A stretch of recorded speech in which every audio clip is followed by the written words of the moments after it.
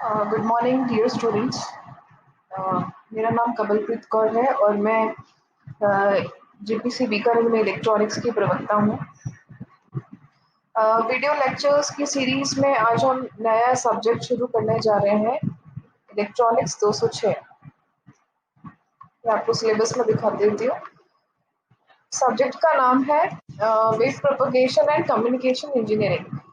तो किस प्रकार से कम्युनिकेशन होता है, मॉड्यूलेशन क्या होता है, कम्युनिकेशन के कौन कौन से पार्ट्स हैं, कम्युनिकेशन की ज़रूरत क्या है, वेव किस तरीके से एक जगह से दूसरी जगह जाती है, ये सारी चीज़ें हम इस सब्जेक्ट में पढ़ेंगे। तो मैं एक बार इसके आपको कंटेंट बता देती हूँ। देखिए, फर्स्ट यूनिट है हमारी बेसिक कंपोनेंट ऑफ इंट्रोडक्शन है, जिसके अंदर हम पढ़ेंगे कि कम्युनिकेशन के कौन कौन से कंपोनेंट्स होते हैं, मतलब ट्रांसमीटर, रिसीवर और चैनल के बारे में हम इसके अंदर पढ़ेंगे। फिर उसके बाद एक इम्पॉर्टेंट टर्म आती है मॉड्यूलेशन, जिस पे सारा कम्युनिकेशन सब्जेक्ट जो है वो टिका हुआ है।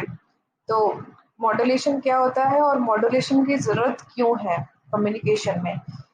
उसके बाद फोर्थ टॉपिक है इसके अंदर amplitude modulation, FM frequency modulation, phase modulation, pulse amplitude modulation. ये सारे मॉड्यूलेशन के विभिन्न प्रकार हैं, इनके बारे में जानकारी लेंगे।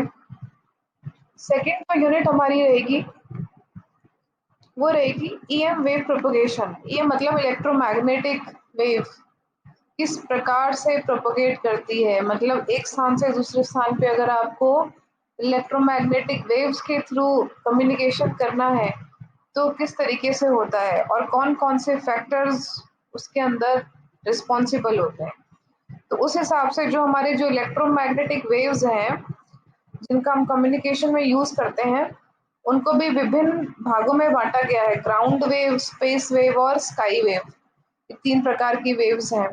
और स्काई वेव के अंदर आप देखेंगे 2.3 टॉपिक में बहुत सारे टर्म्स हैं, छोटी-छोटी, बहुत ईज़ी हैं। इनके बारे में पढ़ेंगे कि आयनोस्फीयर क्या होता है, वो किस प्रकार से जो हमारी स्काई वेव है उसको इफ़ेक्ट करता है, क्रिटिकल फ्रीक्वेंसी क्या होती है, अर्थ के मैग्नेटिक फील्ड का क्या प्रभाव पड़ता है, MUF मतलब मैक्सिमम यूजेबल फ्रीक्वेंसी और स्किप डिस्टेंस क्या होती है। तो ये सारी छोटी-छोटी टर्म्स हैं, ये हम इसके बारे में पढ़ेंगे।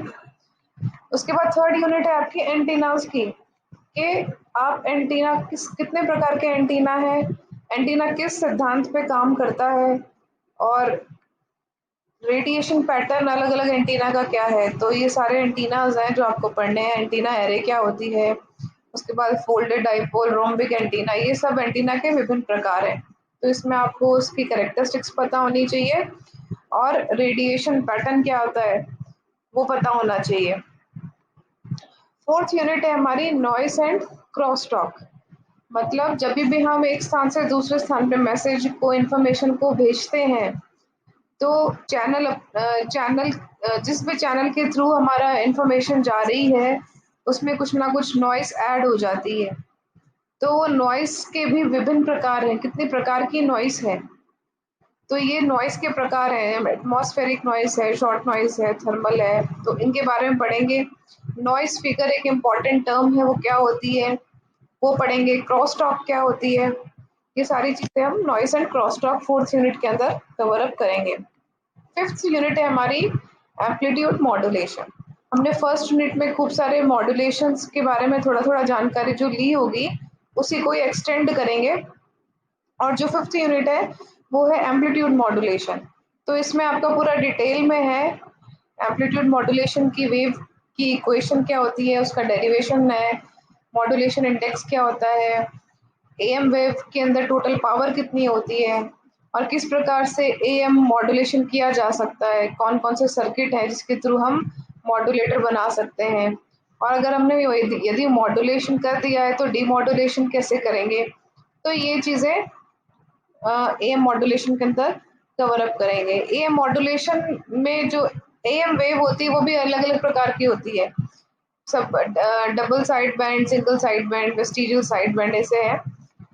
नेक्स्ट सिक्स्थ यूनिट है हमारी फ्रीक्वेंसी मॉड्यूलेशन। एएम के बाद जो इम्पोर्टेंट एक प्रकार का मॉड्यूलेशन है वो है फ्रीक्वेंसी मॉड्यूलेशन। उसके अंदर भी आप फ्रीक्वेंसी मॉड्यूलेटर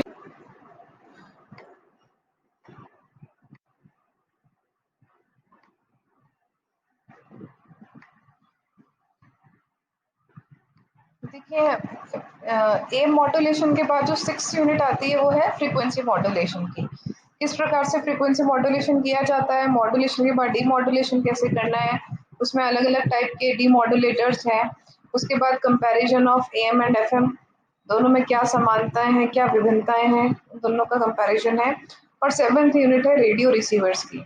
इसमें हम विभिन्न प्रकार के जो रिसीवर्स हैं, जैसे कि सुपर हेटेरोडाइन रिसीवर है, फॉस्टलेसिली रिसीवर है, इस प्रकार से जो अलग अलग प्रकार के रिसीवर्स हैं उनके बारे में डिटेल में स्टडी करेंगे। तो आइए अब हम अपने सबसे फर्स्ट टॉपिक पे चलते हैं। फर्स्ट यूनिट के फर्स्ट टॉपिक है इंट्रोडक्शन यूनिट है आपकी जो फर्स्ट, उसमें है कंपोनेंट्स ऑफ कम्युनिकेशन सिस्टम। एक कम्युनिकेशन सिस्टम में कौन कौन से कंपोनेंट्स चाहिए होते हैं, कौन कौन से कंपोनेंट्स एसेंशियल होते हैं। तो हम फर्स्ट 1.1 टॉपिक पढ़ रहे हैं, बेसिक कंपोनेंट्स ऑफ कम्युनिकेशन।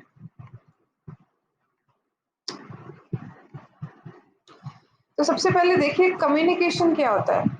हम सबको पता है कम्युनिकेट करना मतलब इंफॉर्मेशन को एक स्थान से दूसरे स्थान पे पहुंचाना, the transfer of information from one place to another place. और किस तरीके से पहुंचाना, किसी मीडियम के थ्रू। तो ये जो डेफिनेशन है, ये कम्युनिकेशन की डेफिनेशन है कि इंफॉर्मेशन को एक स्थान से दूसरे स्थान पे ट्रांसफर करना किसी मीडियम के थ्रू। और अब इंफॉर्मेशन कैसी हो सकती है, इंफॉर्मेशन मतलब किसी भी प्रकार की इंफॉर्मेशन हो सकती है। आपने कुछ बोला तो वो एक प्रकार की साउंड इंफॉर्मेशन है। अगर आपने कुछ कोई विजुअल इंफॉर्मेशन भी हो सकती है, मतलब जो सिर्फ दिखाई देगी, आपको कोई अपनी पिक सेंड करनी है या फिर कोई वीडियो है, तो वो इंफॉर्मेशन क्या है, विजुअल इंफॉर्मेशन है। तो इस प्रकार से किसी भी प्रकार की इंफॉर्मेशन हो सकती है और उस इंफॉर्मेशन को इधर से एक जगह से दूसरी जगह भेजना कम्युनिकेशन कहलाता है, लेकिन किसी मीडियम के थ्रू। बिना मीडियम के आपका जो एनर्जी है वो ट्रांसफर नहीं होगी। अब कम्युनिकेशन भी दो प्रकार के होते हैं, there are two types of communication, baseband communication और carrier communication. Baseband communication में क्या होता है कि हमें मॉड्यूलेशन की आवश्यकता नहीं होती है। हमारी जो सारी कम्युनिकेशन टेक्नोलॉजी है वहाँ हर जगह मॉड्यूलेशन यूज हो रहा है। अभी नेक्स्ट टॉपिक में हम डिटेल में पढ़ेंगे कि मॉड्यूलेशन की आवश्यकता क्यों होती है और मॉड्यूलेशन होता क्या है। लेकिन अभी के लिए आप इतना ध्यान रखिए कि दो प्रकार के कम्युनिकेशन होते हैं, एक होता है बेस बैंड कम्युनिकेशन, दूसरा होता है करियर कम्युनिकेशन। तो बेस बैंड कम्युनिकेशन में मॉड्यूलेशन की आवश्यकता नहीं होती है। सिग्नल जैसा है, आपका मैसेज सिग्नल जिस भी प्रकार का है उसी तरीके से उसको भेज दिया जाता है।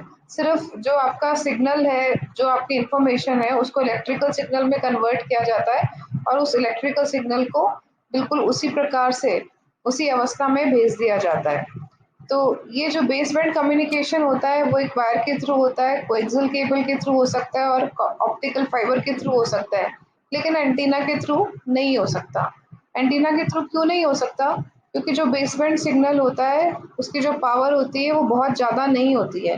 तो कम पावर का जो सिग्नल अगर आप भेजोगे तो वो ज़्यादा दूरी तक ट्रेवल नहीं कर पाएगा, बीच में ही उसकी एनर्जी खत्म हो जाएगी।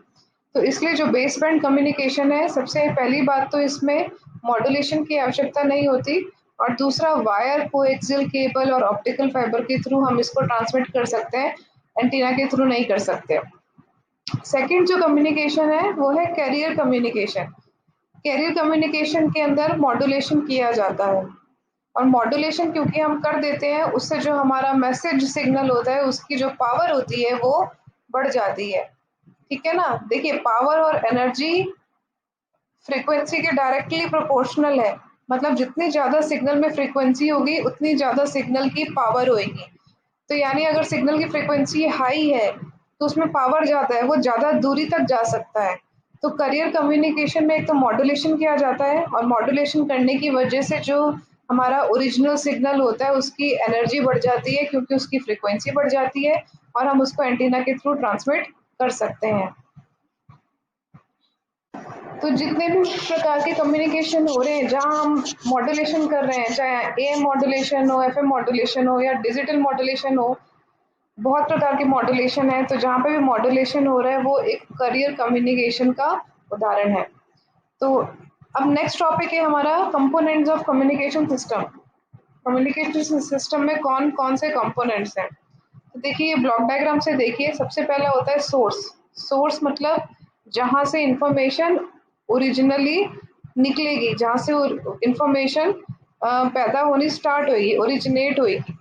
उसके बाद जैसे मैंने कुछ बोला, तो मेरी जो साउंड निकल रही है वो एक प्रकार की इंफॉर्मेशन है, और इस साउंड को मैं दूर तक कम्युनिकेट करना चाहती हूँ, किसी रिसीवर पे पहुंचाना चाहती हूँ, एक स्थान से दूसरे स्थान पे पहुंचाना चाहती हूँ।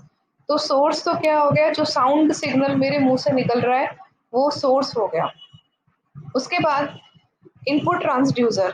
ट्रांसड्यूसर क्या करेगा, जो भी एनर्जी आ रही है इसके अंदर, उस एनर्जी को इलेक्ट्रिकल एनर्जी की फॉर्म में कन्वर्ट करेगा। ठीक है ना? तो मान लीजिए इनपुट पे हमने साउंड भेजी है, तो अभी हमारे पास जो एनर्जी आ रही है वो साउंड एनर्जी है, और ये ट्रांसड्यूसर क्या करेगा, साउंड एनर्जी को इलेक्ट्रिकल एनर्जी में कन्वर्ट करेगा, यानी कि जो भी साउंड सिग्नल आ रहा है उसको इलेक्ट्रिकल सिग्नल में कन्वर्ट कर देगा। यानी कि अब इनपुट ट्रांसड्यूसर के आउटपुट पे जो हमें मिलेगा वो होगा इलेक्ट्रिकल सिग्नल। वो कोई साउंड एनर्जी नहीं होगी, कोई दूसरी एनर्जी नहीं होगी, मैकेनिकल एनर्जी भी नहीं होगी। ठीक है? तो वो इलेक्ट्रिकल सिग्नल होगा। इस इलेक्ट्रिकल सिग्नल को ट्रांसमीटर पे लिया जाता है। ट्रांसमीटर में मॉड्यूलेटर लगा हुआ होता है, यानी कि अगर आप करियर कम्युनिकेशन करना चाहते हैं, अभी हमने ऊपर देखा, तो वहाँ पे हमें मॉड्यूलेशन करने की ज़रूरत पड़ती है। तो वो जो मॉड्यूलेटर होता है वो कहाँ होता है, इस ट्रांसमीटर में होता है। तो अब क्या किया हमने, जो हमारा इलेक्ट्रिकल सिग्नल आ रहा था उसको हमने ट्रांसमीटर में लाके मॉड्यूलेट कर लिया है, और मॉड्यूलेशन के बाद हम उसको किसी चैनल के थ्रू भेज सकते हैं। तो ये है मीडियम जिसके थ्रू हमारा सिग्नल जा रहा है, उसको बोलते हैं चैनल। जिस भी मीडियम के थ्रू हमारा सिग्नल जाता है एक जगह से दूसरी जगह, वो होता है चैनल। अब आप देखेंगे जब भी सिग्नल चैनल पे ट्रैवल होता है तो एक नॉइस अपने आप उसमें ऐड हो जाती है। ठीक है ना? तो ये चैनल की हमेशा एक डिसएडवांटेज रहती है कि आप सिग्नल जब भी भेजोगे तो उसमें अपने आप कुछ ना कुछ नॉइस ऐड हो जाएगी। अब ये सिग्नल रिसीव हो गया, जैसे ट्रांसमीटर लगाया था वैसे ही यहाँ पे क्या होगा, रिसीवर होगा। ट्रांसमीटर में हमने मॉड्यूलेशन किया था, रिसीवर में हम डीमॉड्यूलेशन करेंगे। तो ठीक है, मॉड्यूलेशन करने का मतलब क्या था, जो भी इलेक्ट्रिकल सिग्नल आ रहा था कम फ्रीक्वेंसी का उसको हमने हाई फ्रीक्वेंसी में कन्वर्ट कर दिया, वो हो गया मॉड्यूलेशन। अब क्या होगा, डीमॉड्यूलेशन के समय क्या होगा, जो भी हाई फ्रीक्वेंसी सिग्नल हमें रिसीव हुआ है उसको हम उसकी ओरिजिनल फ्रीक्वेंसी पे लेके आएंगे सिग्नल की। तो रिसीवर के अंदर डीमॉड्यूलेटर लगा हुआ है, और डीमॉड्यूलेटर जो हाई फ्रीक्वेंसी मॉड्यूलेटेड सिग्नल आ रहा था उसको ओरिजिनल सिग्नल में कन्वर्ट करेगा। तो यहाँ पे जो हमारा सिग्नल आएगा वो एक प्रकार का ओरिजिनल इलेक्ट्रिकल सिग्नल आएगा। इलेक्ट्रिकल सिग्नल रिसीव होने के बाद यहाँ पे एक आउटपुट ट्रांसड्यूसर लगा हुआ है। ये ट्रांसड्यूसर क्या करेगा, आपको इलेक्ट्रिकल सिग्नल को जिस भी एनर्जी फॉर्म में कन्वर्ट करना है, मान लीजिए मुझे इस इलेक्ट्रिकल सिग्नल को साउंड एनर्जी में कन्वर्ट करना है, तो ये एक एनर्जी से दूसरी एनर्जी में कन्वर्ट करने के लिए हमेशा ट्रांसड्यूसर की जरूरत पड़ती है। तो यहाँ पे ये काम ये आउटपुट ट्रांसड्यूसर करेगा। तो यानी इलेक्ट्रिकल सिग्नल को हमने अपने साउंड या किसी अलग सिग्नल में कन्वर्ट कर लिया, और जो भी उसकी डेस्टिनेशन है वहाँ पे उस सिग्नल को भेज दिया जाएगा। तो इस प्रकार से हमारा सिग्नल सोर्स से लेके डेस्टिनेशन तक ट्रैवल होता है, और दोनों जगह बिल्कुल बैलेंस ब्लॉक लगे हुए हैं। जैसे यहाँ पे सोर्स है तो यहाँ डेस्टिनेशन है, यहाँ इनपुट ट्रांसड्यूसर है तो यहाँ आउटपुट ट्रांसड्यूसर है, यहाँ ट्रांसमीटर है तो यहाँ रिसीवर है। ट्रांसमीटर में मॉड्यूलेटर लगा हुआ है तो रिसीवर में डीमॉड्यूलेटर लगा हुआ है। अब इसको हम एक बार पढ़ लेते हैं।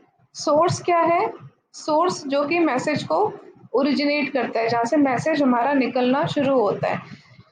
किसी ह्यूमन की वॉइस हो सकती है, कोई कैमरे का वीडियो हो सकता है, कोई भी किसी प्रकार का डेटा हो सकता है।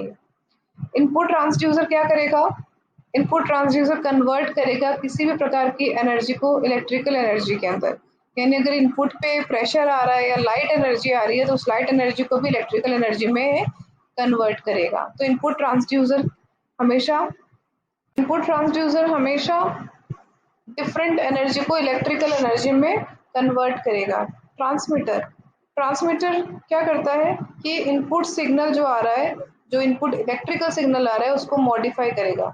तो ये क्या करता है, modifies the input electrical signal into a suitable form. Suitable form मतलब जिस सही फॉर्म के अंदर हम सिग्नल को ट्रांसमिट कर सकते हैं।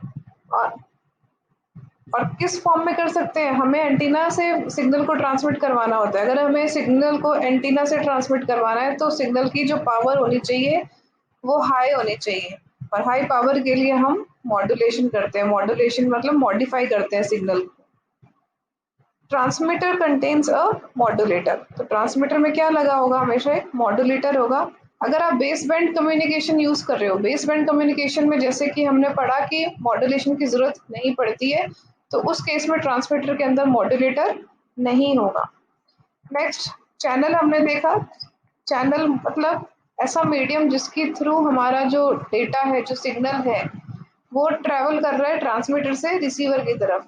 तो ये मीडियम क्या हो सकता है, ये चैनल क्या हो सकता है, एक वायर हो सकती है सिंपल, एक कोएक्सियल केबल हो सकती है, रेडियो लिंक हो सकता है। रेडियो लिंक मतलब जो वायरलेस लिंक होता है।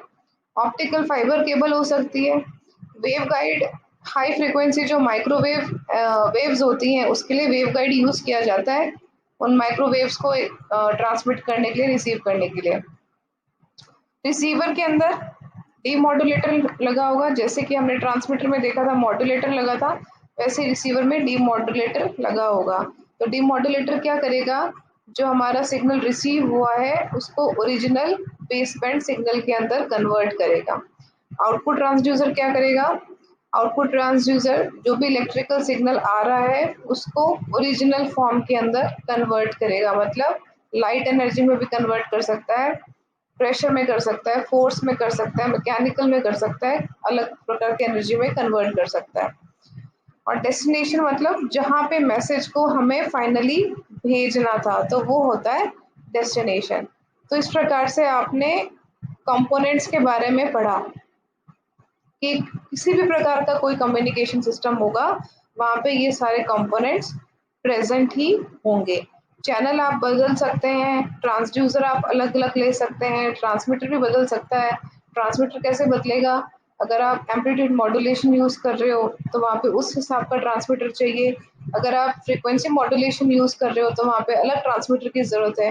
तो इस प्रकार से, लेकिन जो बेसिक आर्किटेक्चर होता है किसी भी कम्युनिकेशन सिस्टम का वो यही होता है।